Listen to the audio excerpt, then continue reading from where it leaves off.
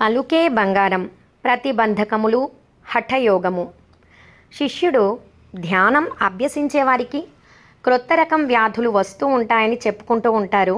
ఏమైనా కానీ నాకు వెన్నులోనూ గుండె వద్ద కొంత నొప్పి కలుగుతున్నది. ఇది మనకు భగవంతుడు పెట్టే పరీక్ష అంటున్నారు.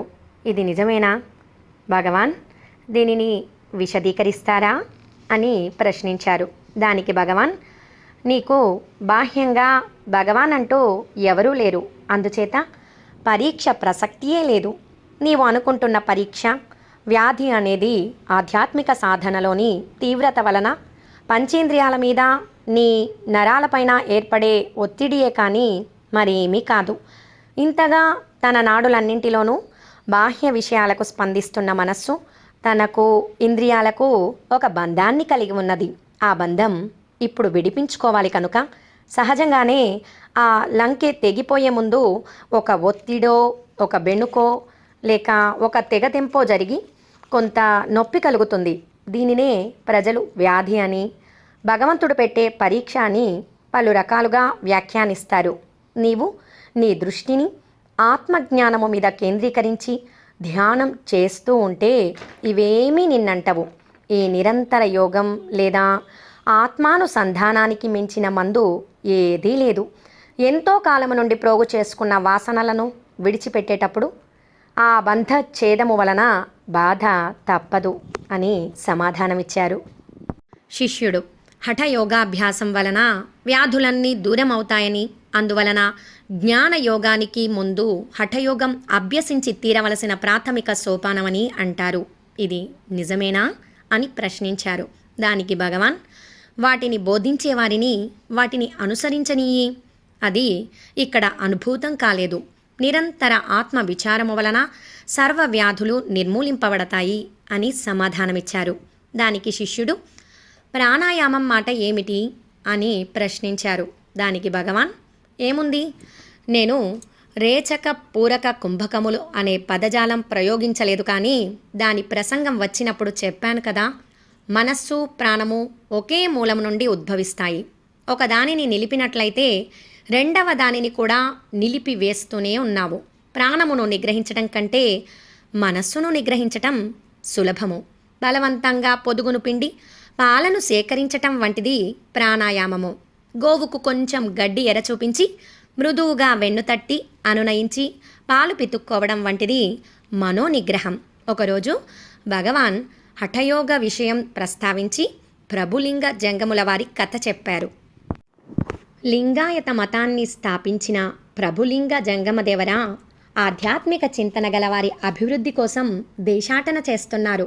ఆయన పశ్చిమ తీరంలో గల గోవాకు కొన్ని మైళ్ళు దక్షిణంగా ఉన్న గోకర్ణము అనే క్షేత్రంలో నివసిస్తున్న గోరఖ్నాథ్ అను ప్రసిద్ధ యోగిని కలుసుకున్నారు. యోగి వారిని మర్యాదగా ఆహ్వానించాడు. గోరఖ్నాథ్ తనకు గల సిద్ధులను గురించిన గర్వంతో ఉన్నాడు. కానీ అతిథిని తనకు సమానుడుగానే భావించి ఆయన రాకకు ఆనందించి వచ్చిన కారణం అడిగాడు. ఎవరైతే అహంకారాన్ని సమూలంగా నాశం చేసి తనను తాను తెలుసుకుంటాడో వానికి మాత్రమే తాను తెలుస్తానని అన్నారు ప్రభులింగ. నశ్వరమైన శరీరాన్ని పట్టుకొని వ్రేలాడే ఒక అనామకుడికి తాను ఎవరో ఎలా తెలుస్తుంది అన్నారాయన. దేహమే ఆత్మ అని భావించే గోరఖ్నాథ్ ఇలా అన్నాడు. శివానుగ్రహం వల్లనే గుళికలను భుజించుట వలననే శరీరానికి అమృతత్వం. అది సాధించినవాడు ఎన్నడూ మరణించడు. దానిని సాధించలేనివారు మరణిస్తారు. మరణించని ఒక శరీరంలో ఉన్న నీ ఉనికిని నీ నిజతత్వమని, శరీర మరణమే నీ మరణం అని భావిస్తున్నట్లు ఉన్నావు. నిన్ను చూస్తే శరీరమే ఆత్మ అని భావిస్తున్నట్లు కనిపిస్తున్నావు. నీవు అజ్ఞానంలో ఉన్న సామాన్యుని కంటే ఏమీ భిన్నం కావు అన్నారు ప్రభులింగదేవర. నీవు సిద్ధుడివైనా యోగివైనా అజ్ఞానివే అని. ఆయన ఇంకా ఇలా అన్నారు. ఈ శరీరమే నీవైనట్లయితే ఇది నా శరీరం అని ఎందుకు అంటున్నావు? ఎవరైనా తమ సొత్తును నా బట్టలు, నా బంగారం అని చెప్తారు. వాటితో తాదాత్మ్యం చెంది ఆ వస్త్రములు నేను ఆ బంగారమే నేను అంటారా? దీనికి గోరఖ్నాథ్ ఇలా బదులిచ్చాడు. మానవులు నేను నడుస్తున్నాను, నేను ఆలోచిస్తున్నాను అంటారు. ఆ నేనుకు అర్థమేమిటి? దానికి ప్రభులింగ, నేను ఆలోచిస్తున్నాను అనేది ఆలోచనా శక్తికి సంబంధించినది.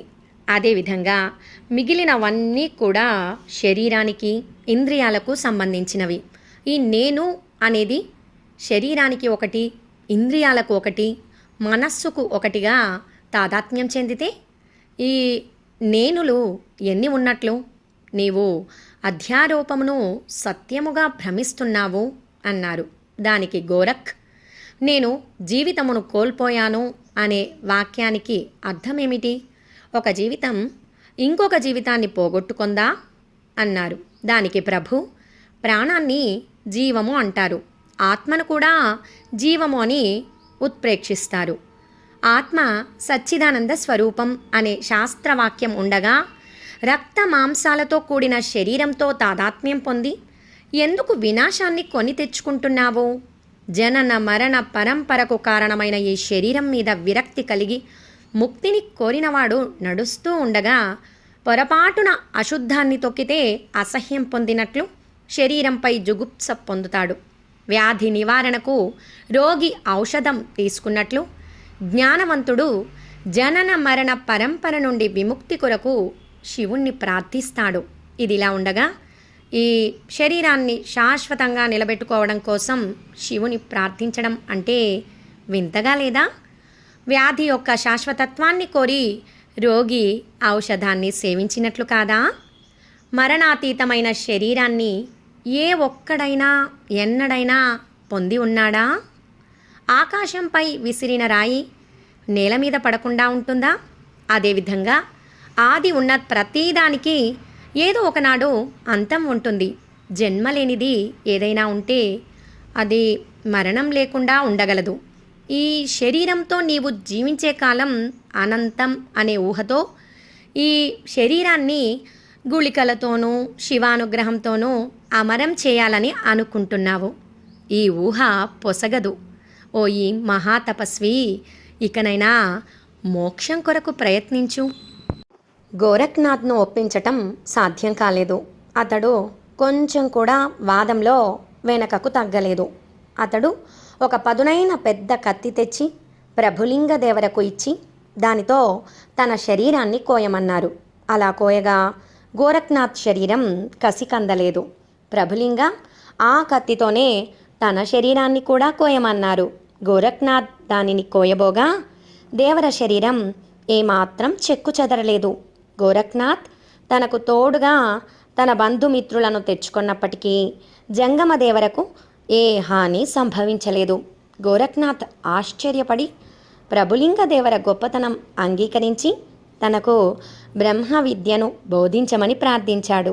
ప్రభులింగదేవర గోరఖ్నాథ్కు ఈ విధంగా బ్రహ్మ విద్య ఉపదేశించారు. గోరఖ్నాథ్, నీ శరీరాన్ని ఆత్మ అని భావించకు.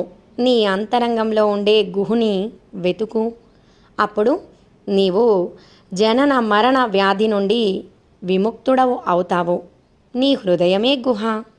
అందులో ఉండేవాడు భగవంతుడు. అది ఏ నేను. సోహం. ఓం నమో భగవతే శ్రీరమణాయ.